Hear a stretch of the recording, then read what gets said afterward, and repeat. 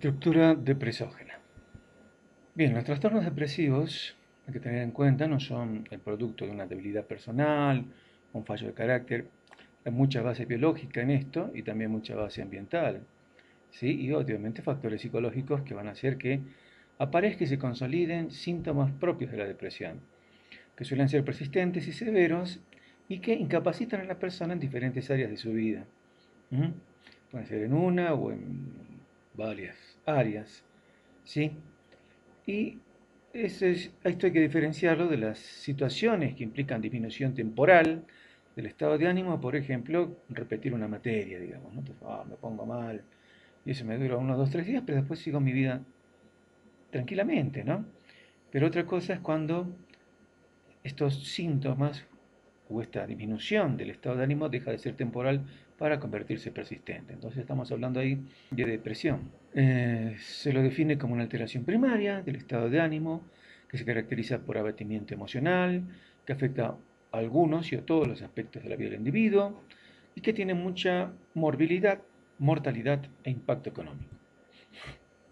Es una condición que afecta el estado de ánimo, la conducta y los pensamientos, ¿sí? Y el diagnóstico a veces está en relación a ciertos estresores que ocurren tempranamente en la vida, que pueden llevar a un trastorno depresivo, pero que al eliminarse los estresores desaparece, ¿no? La depresión. Bueno, esa es una forma de depresión, digamos, de la vida.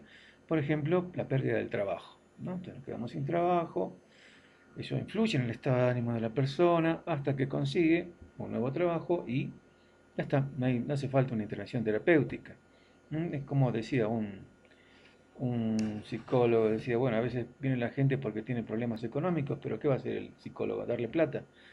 No, no, le va a dar estrategias o le va a hablar de estrategias para conseguir trabajo, lo más que pueda hacer.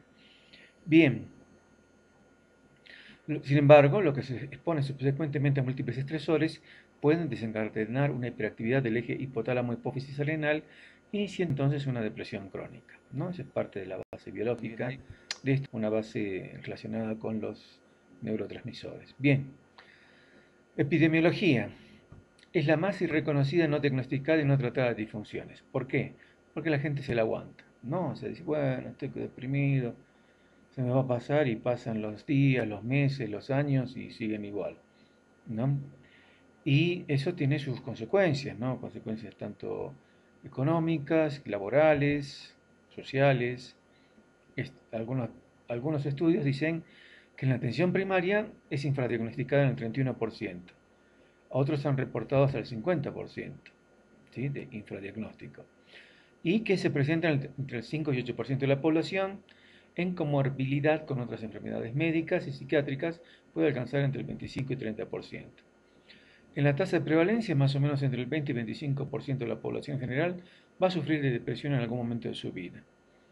La Organización Mundial de la Salud estima que internacionalmente es causa principal de incapacidad en personas de mediana edad, así como en las mujeres de todos los grupos de edades. Prevalencia de las mujeres en este tipo de trastorno. Clasificación. Bueno, la depresión mayor es un trastorno del estado de ánimo que produce interferencia en todos los ámbitos de nuestras vidas, sea personal, laboral, relacional, académico, etc. ¿Sí? Es un estado de ánimo deprimido gran parte del día, casi todos los días, se produce una pérdida o aumento de peso, hay alteraciones en los hábitos del sueño, la persona o duerme mucho o duerme muy poco, casi todos los días. Por lo general duermen mucho o se quedan o que no quieren levantarse de la cama, que no es lo mismo. ¿Sí? Quieren estar ahí abatidos, no tienen ganas de hacer nada. ¿Sí? O hay aumento o disminución psicomotora, casi todos los días prácticamente. Es decir, la persona por lo general disminuye su actividad, ¿no? Como que le falta energía. Eso, se siente fatigada, con falta de energía, casi todos los días viendo, tiene sentimientos de culpa, o sea, en lo psicológico hay sentimientos de culpa, de inutilidad, no se puede concentrar bien la persona, y pensamientos de muerte, ¿no? Ideaciones de muerte, ideaciones suicidas. Por eso cuando llega un caso de estos al consultorio, lo que tenemos que hacer es evaluarlo, ¿no? Con alguna escala de riesgo suicida, muy aconsejable. ¿Sí? esto ya es una repetición, el trastorno bipolar, alteración del estado de ánimo y sufrimiento subjetivo. Hay dos tipos principales, el TB1, o sea, trastorno bipolar tipo 1, que tiene episodios de manía y depresión, y el TB2, que tiene episodios de hipomanía y depresión. ¿Cuál es el peor? El TB1, ¿no? El trastorno bipolar tipo 1, ¿no? Porque cuando le da la manía es muy eufórico, muy extremista. En cambio, el episodio de hipomanía y depresión como que no es tan extremista la persona. ¿Mm?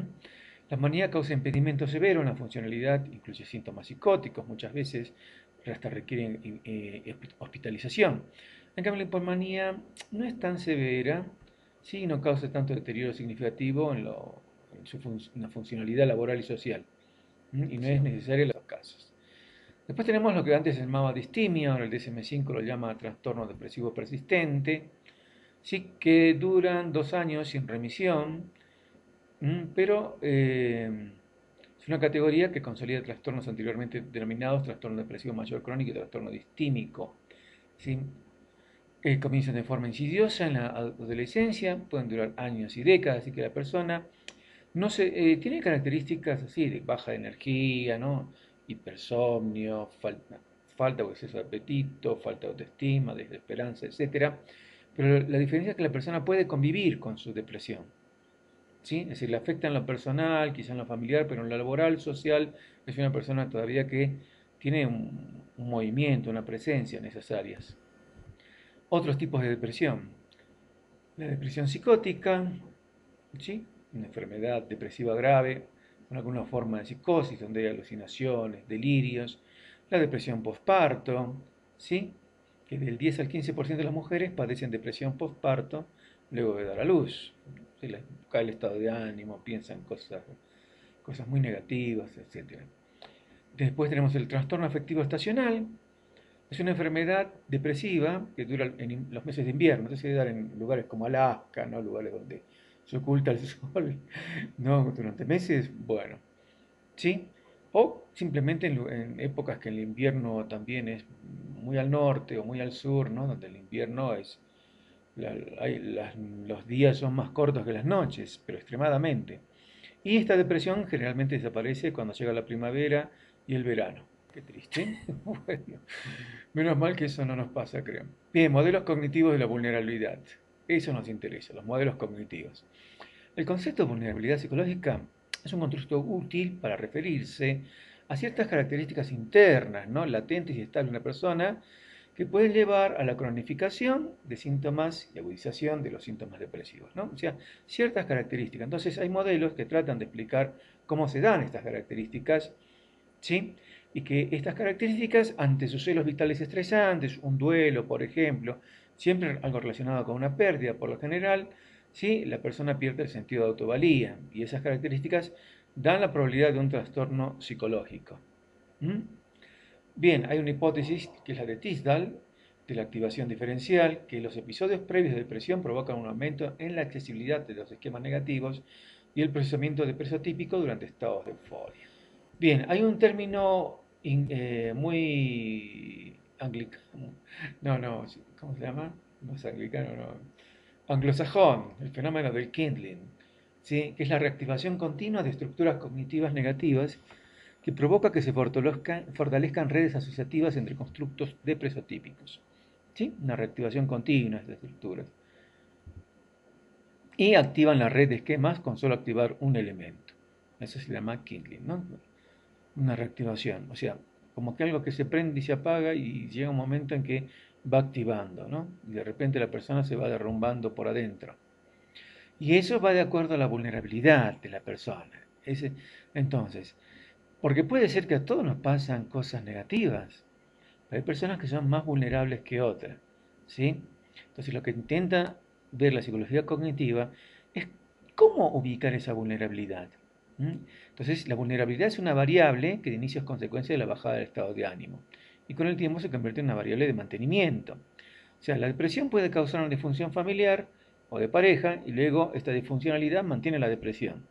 ¿Sí? Porque le va mal con la familia o le va mal con la pareja o se quedó sin pareja y eso ya se vuelve un factor de mantenimiento de la depresión.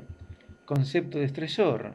sucesos vitales, mayores o menores, que alteran los mecanismos mantenedores de la actividad cognitiva, emocional, fisiológica del individuo, desafiando sus recursos de afrontamiento. A ver, estamos viviendo una pandemia, ¿no es cierto? Entonces, no va a ser lo mismo, ¿no es cierto?, estar, bueno, ya estamos 2 meses, ¿no?, de cuarentena, exactamente, acá en Bolivia, 2 meses y 2 días, pero ¿cómo será estar 4 meses, ¿no? Y bien estricto, digamos, ¿no? No puede salir nada. Entonces, si de acuerdo a la vulnerabilidad del individuo, ¿sí? Y encima con todo el bombardeo que tenemos, una persona puede, esa vulnerabilidad se le puede salir a la luz. Si la persona lo cambia, ¿no?, etcétera, a pesar de mantener los cuidados, obviamente, entonces por ahí ese estresor no lo va a voltear, digamos, ¿sí? No va a desafiar sus recursos de afrontamiento. Esta vulnerabilidad se da según la facilitación de interpretaciones y evaluaciones del impacto de los sucesos estresantes. Hemos visto muchos casos, por ejemplo, de personas que se resfrían y piensan que tienen coronavirus, ¿no? O sea, de acuerdo a cómo se interpreta la realidad, uno, de acuerdo a esa vulnerabilidad, también uno interpreta la realidad, ¿sí? La realidad también actúa sobre esa vulnerabilidad. Entonces hay un estrés autogenerado. Estoy pensando, estoy enfermo, estoy enfermo. Incluso en periodos de remisión.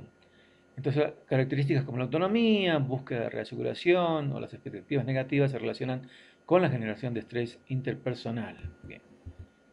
Vulnerabilidad de la depresión y modelos cognitivos. A ver, los factores cognitivos son muy importantes. O sea, de acuerdo a cómo yo pienso, esos factores cognitivos van a ser mis procesos de vulnerabilidad psicológica. ¿Sí? Entonces, hay personas que van a ser más vulnerables que otras de acuerdo a las creencias y demandas y distorsiones cognitivas también que puedan tener y que van a generar una vulnerabilidad. Veamos la teoría cognitiva de B, que es la más conocida, que nos dice que los pensamientos automáticos, las creencias o cogniciones irracionales, actitudes disfuncionales y los esquemas, donde aquí una especial relevancia a los esquemas, ¿sí?, van a dar diferentes niveles de cognición. Y de estos esquemas resultantes, de la experiencia previa, se van a derivar unas reglas, algunas inapropiadas, que van a ser caracterizadas por una base contractual por la autovalía o la felicidad. Es decir, que van a dar actitudes disfuncionales, mis creencias distorsionadas. ¿Cómo? Dice que una vez que se activan los esquemas y las actitudes disfuncionales, lo que se va a activar es una visión negativa. ¿Sí? Una visión negativa de sí mismo, el mundo y el futuro, ¿no? Entonces, ¿sí?, de tanta información, que hay 5 millones, cada vez todos los días aumenta el número, ¿no? Entonces, no, me voy a enfermar, el mundo es un lugar peligroso, el futuro es negro, ¿sí? Entonces, ¿qué voy a hacer? Me voy a deprimir, ¿sí? Entonces, esa va a ser la consecuencia de la activación de esquemas.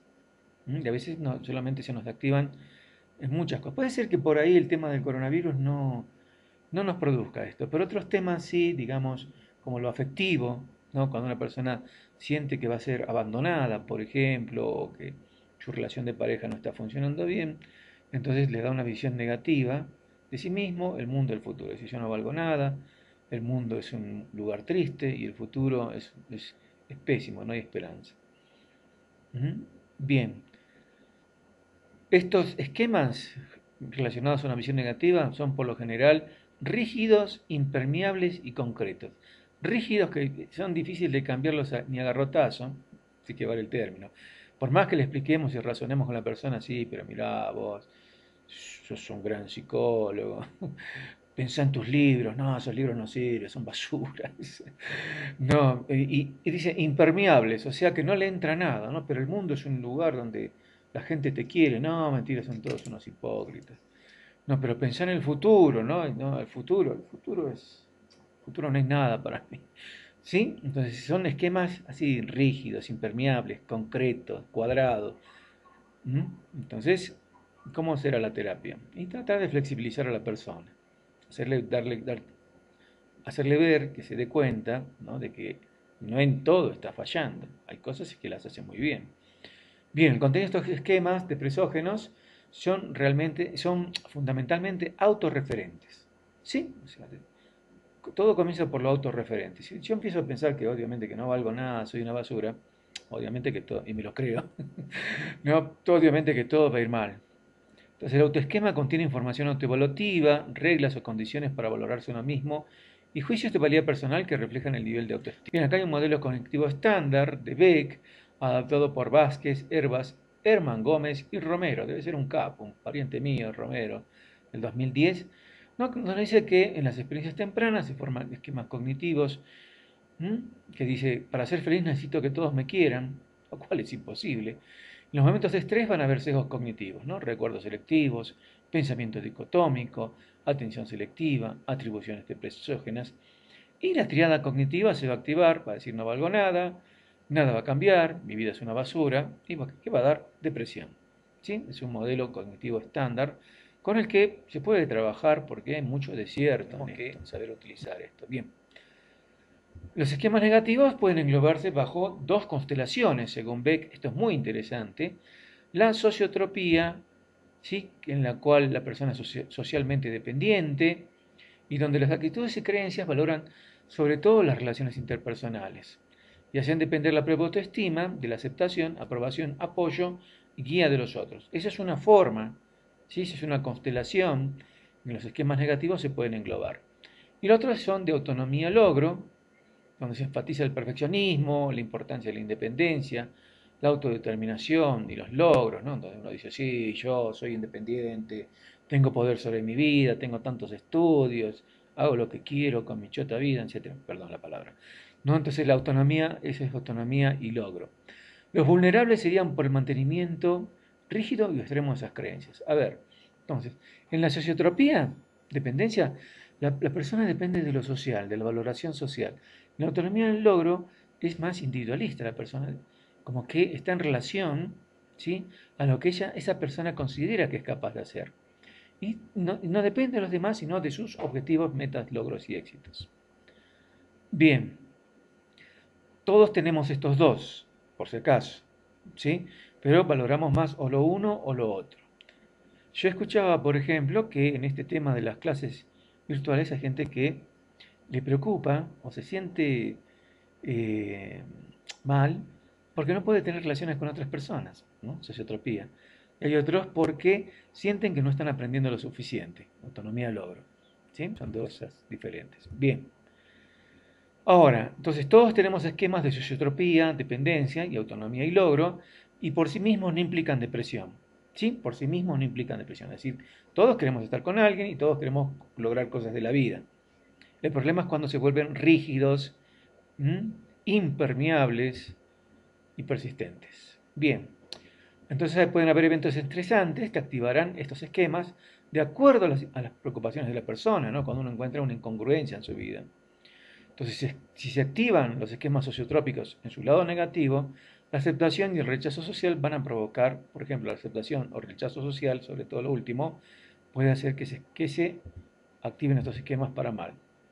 Y los esquemas de autonomía logro con la atracción o pérdida interpersonal, ¿no? O sea, conseguir algo o no conseguirlo.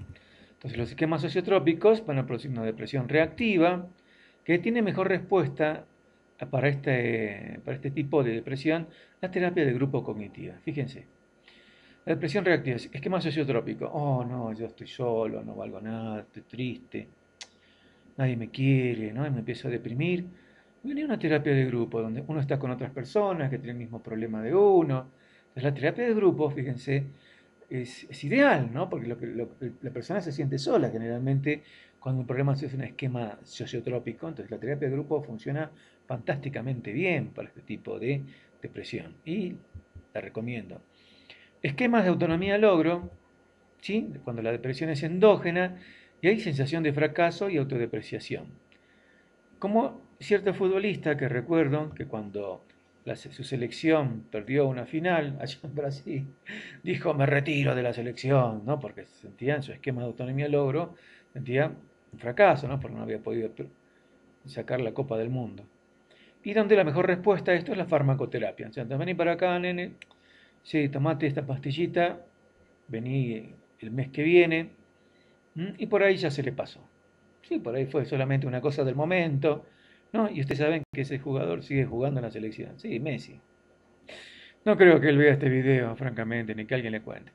Bien, las estructuras de significado idiosincrásicas maladaptativas reclaman a la vez un nivel más amplio y global de representación. Entonces Beck, siempre Beck, explica el concepto de modo, que es una agrupación de esquemas cognitivos, afectivos, fisiológicos, conductuales, para tratar demandas particulares del organismo. Entonces, un modo es un conjunto de esquemas cognitivos polivalentes, ¿sí? Que procesan la información de una forma compleja, integradora, automática, hipervalente, ¿sí? Y que dirigida desde esquemas, es decir, de arriba abajo, dirigido conceptualmente. Hay dos categorías, los modos constructivos, que se construyen a través de las experiencias vitales. Sí, no, yo fui al cuartel y gracias al cuartel soy una persona que se aguanta todo. Por ejemplo, es un modo constructivo, ¿no? Y que aumenta los recursos vitales del individuo. Yo fui al cuartel, entonces no me tengo ganas de salir adelante, por darles un ejemplo. ¿Sí? Entonces la persona piensa bien de sí misma, emocionalmente se siente bien porque es un lindo recuerdo el haber hecho el servicio militar, ¿no? Eso lo motiva, ¿sí? Y eso le genera conductas digamos, que permiten manejar mejor sus recursos vitales, ¿sí? Y están los modos primales, que están relacionados a la supervivencia, y que son automáticos o de bajo control consciente. Los modos primales son muy emocionales, para decirlos. ¿Mm? Sí, y uno de ellos es, que lo vamos a nombrar ahora, la tristeza, es un modo primal. La tristeza como función, ustedes saben, ya que han visto emociones, tiene la función de hacernos reflexionar. A veces no reflexionamos, sino que rumiamos, es decir, damos vuelta a la misma y la misma y la misma idea, que es muy diferente de reflexionar. Entonces, la tristeza a modo primal, a nivel de esquemas cognitivos conceptuales, dan una percepción de pérdida, actual o temida, de recursos vitales propios. A nivel de esquemas afectivos, estado subjetivo de disforia o tristeza. A nivel de esquemas fisiológicos, sentimiento de fatiga, de falta de energía. A nivel de esquemas motivacionales, la persona no tiene ganas de hacer nada, o sea, no tiene metas, pierde atracción por lo placentero, lo que se llama anedonia. A nivel de esquemas conductuales, su plan de acción está caracterizado por el aislamiento y la inactividad. O sea, dice, no hago nada. Bien, hay otra teoría, la consolidación del autoesquema, que es un modelo que enriquece la propuesta de Beck, perdón, ¿sí? Donde dice que la clave es que todos tenemos esquemas negativos y positivos, ¿sí? Pero el problema estaría, según Kuiper, Ollinger y McDonald, de que el esquema positivo está ahí con dudas, no está consolidado, ¿sí? Es decir, tiene menos fuerza, podríamos decir, que el negativo.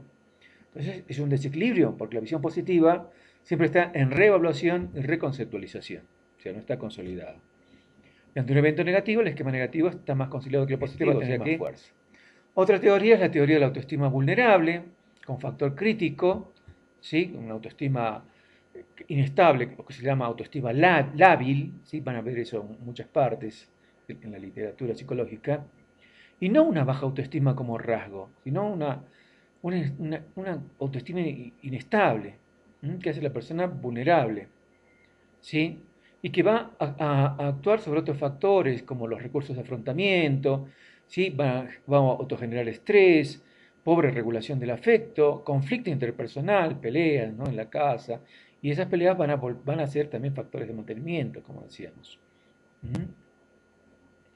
Aludiría a actitudes conscientes expresadas hacia el sí mismo, mientras que la autoestima implícita refleja asociaciones automáticas entre el autoconcepto y la positividad o negatividad, más relacionada con el aprendizaje experiencial temprano y la predicción de afecto negativo cotidiano. Bien, veamos el modelo subsistemas cognitivos interactivos.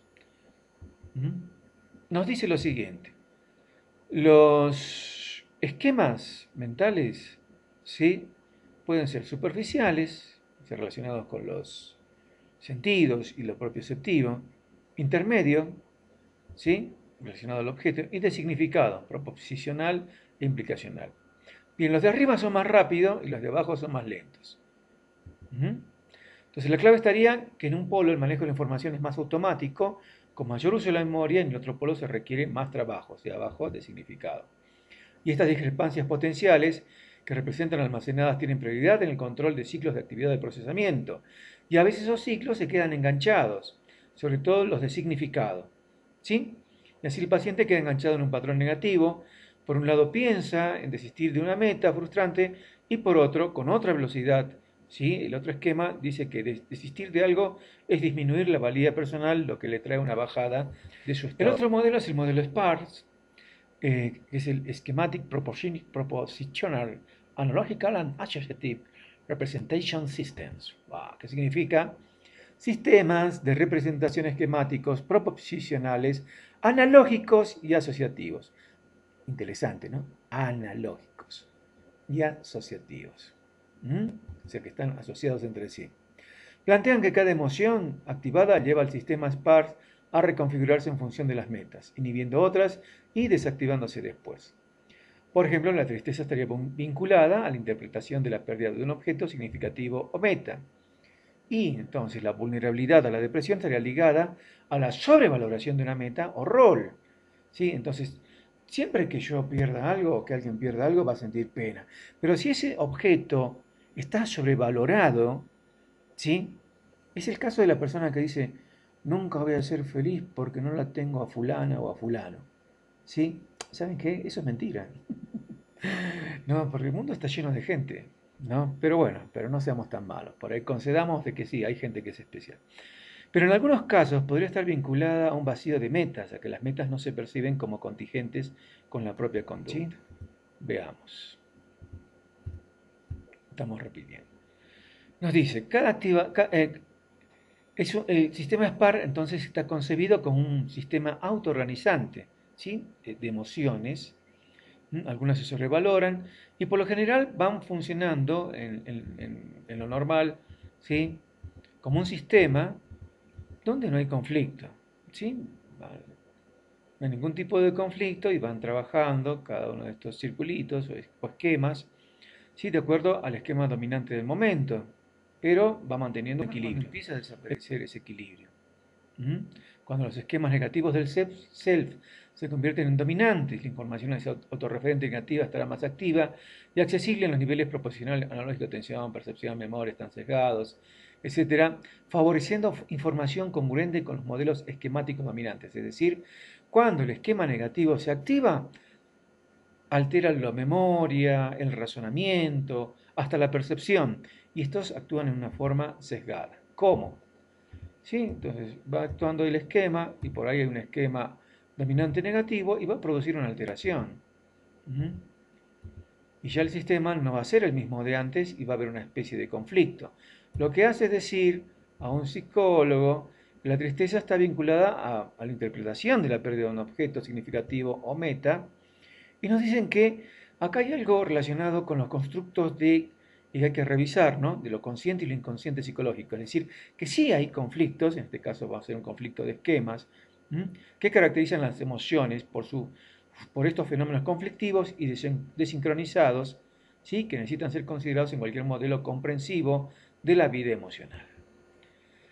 Está también el concepto de estilo represor, que se caracteriza por una autoconciencia limitada, un estilo superficial, ¿no? Donde el estilo represor de afrontamiento es la conjunción de una reducida ansiedad manifiesta y una alta defensividad. ¿Sí? Esto tendría su origen en la niñez y su existencia se pondría un factor de vulnerabilidad para el desarrollo de trastornos emocionales. Otro factor de vulnerabilidad es el estilo rumiativo en el afrontamiento de la tristeza. Es lo que hablábamos hace un rato, ¿no? Que las respuestas rumiativas consisten en un estilo conductual y atencional que focaliza la atención del individuo deprimido en sus síntomas y las posibles causas. ¿Sí? Terminemos. Basta. Media hora hablando. Bien, aquí tienen las preguntas para que se entretengan y las pueden entregar hasta el próximo domingo. Muchas gracias.